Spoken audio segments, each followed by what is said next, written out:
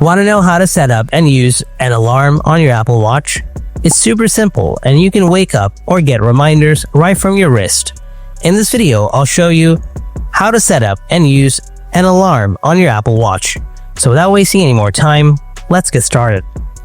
Method 1. Using the alarm app on your watch. Open the alarm app. It looks like a clock with a bell. Now look for an Add Alarm button. This might be a plus icon. Tap on it. Scroll up or down on these wheels to set your desired alarm time. Or you can use the digital crown to adjust.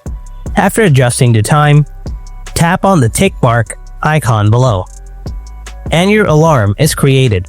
If you tap on it, you change more settings.